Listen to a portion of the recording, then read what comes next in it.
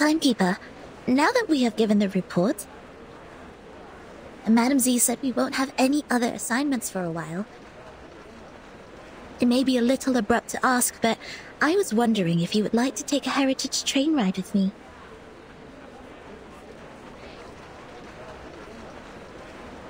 Please, trust me, this journey will be the best ever. Let's start off immediately and come back furtively, so nobody will know. No, thank you. I'm not interested. Okay, fine. Oh, wait, Angie, do you want to travel? Let's start off immediately and come back furtively so nobody will know. I'm flattered you asked, but I'm leaving for assignment soon, so I'm not gonna make it. Really? That's a sad coincidence. I heard that you've worked so hard and have saved up so many unused leaves. You also have 2 days of outing permission.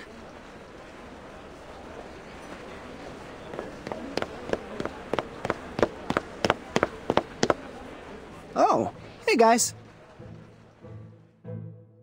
Us? Yes, you guys. Our great Miss Timekeeper and her excellent assistant, Sonetto. Am I right?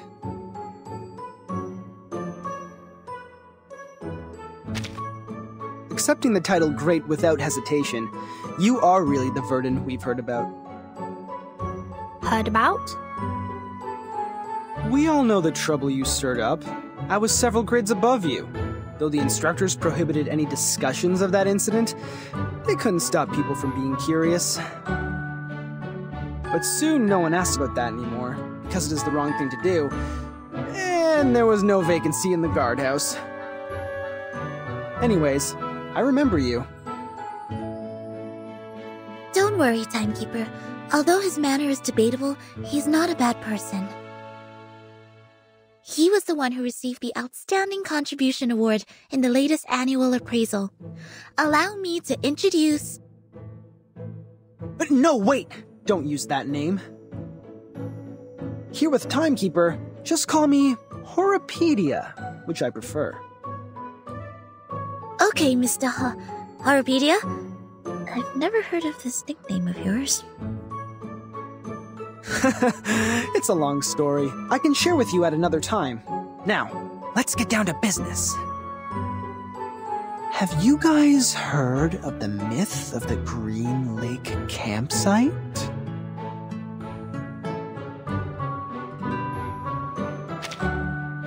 Yeah, it was me. Given that you didn't know me, I sent it anonymously. I don't see how these are correlated. Well, of course they are. An anonymous envelope better triggers curiosity. And you are the most inquisitive person I know. Didn't you worry that I might throw it away? Honestly, I did. So I wrote to another 13 people. Now I have 6 maps. But don't be upset. Yours is the most intact one, so I selected it. Thank you for your approval. A mystery solved. No wonder I found the handwriting on the envelope familiar. I did some research on Green Lake Campsite after piecing together the map. It was the map of one of the training bases of Xeno. They used to train their youth force there in the early 60s and deserted that base in the early 70s. It had been underused even before it was abandoned. It was more of a Boy Scout camping site than a military training base. Exactly, Miss Sonetto. But this is the outdated version of the story now. This is not your fault. You haven't been in the headquarters for a long time, so you must have missed out on some first-hand information. Now, about the Green Lake campsite, we have some updates.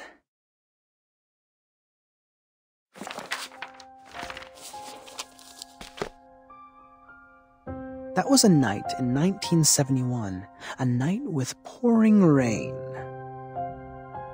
Heavily and hastily, sheets of rain formed a barrier, isolating the woods from the outside world. In that rain, the communication center of Xeno lost contact with the Green Lake campsite. Was it normal rain? It was, drops of water with dust falling from above. It didn't cause any illusions or unusual symptoms, but took away all the youth force stationed at the campsite. In the cabin they lived, people found clothes, blankets, even books left open on the table. What does not move or breathe stayed there as usual, but their owners, those living youngsters, disappeared from the woods like drops of dew under the sun. Since then, nobody has ever seen those youth force again. Zeno has not, nor Laplace, nor us. Green Lake Campsite has then become a ghastly and deserted land. Miss Sonetto, please put down your hands. They are hindering your ears from receiving information. You might then miss the climax. Thank you for the kind reminder. It was an unforgettable night. 3 months later, all the missing members of the youth force came back to Zeno. They carried the smell of fungi and moist air, stepping into their dorm without making any noise. They claimed that they just came back from a tough mission in the rainforest. No one knew what the mission was. No one knew which rainforest they referred to. The personality of all those kids have changed. The outgoing Bruno became speechless. The gentle Anna Queenie starts picking quarrels with others. They were not who they were, but no one could pin down the difference. Day after day, the smell of fungi and moist soil never disappeared. It lingered for 1 week, 2 weeks, 3 weeks. Till one night, grade 1 student Drius suddenly woke up from his dream. A muddy tentacle stretching out beneath his bed, closed around his ankle and pulled him onto the floor. There, a face awaited him. A hideous face of a human-like creature with a bloody mouth. Sonetto?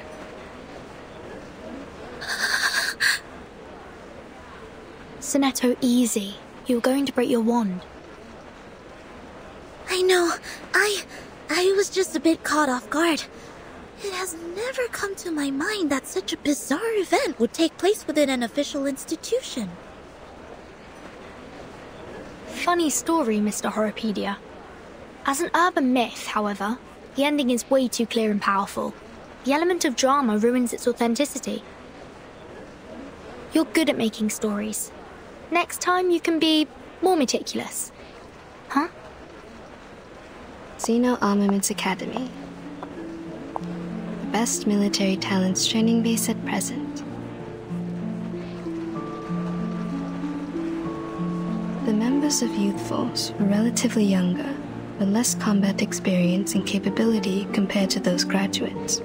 Still, they have received years of training as reserve soldiers. As we all know, Zeno would arm their Youth Force and the trainers with drill weapons for outings.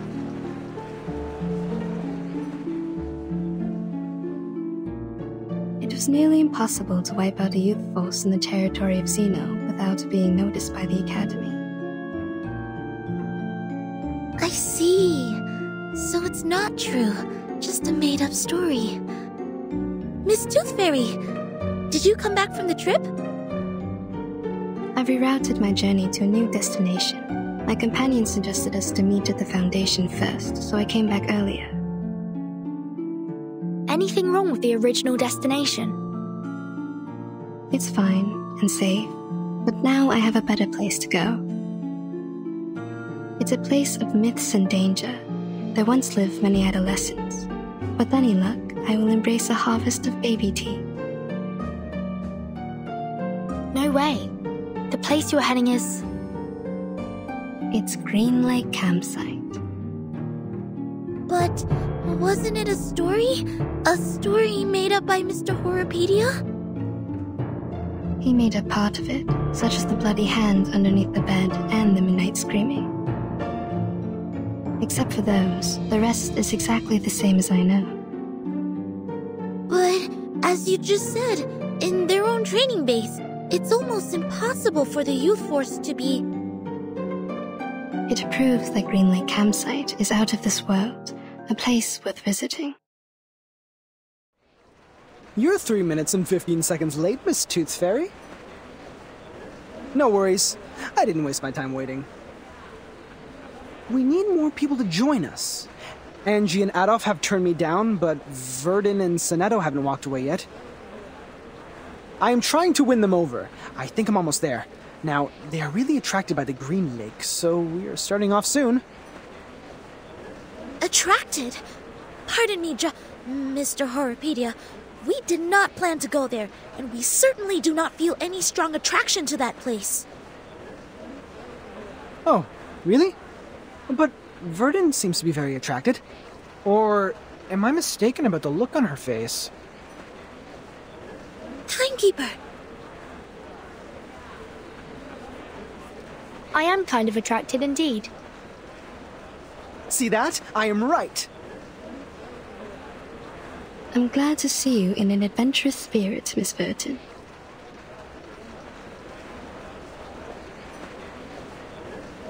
Great! Take your suitcase, pack your clothes, don't forget to bring 2 novels to kill time. Now, let's take the hands of our 2 new partners. Journey on!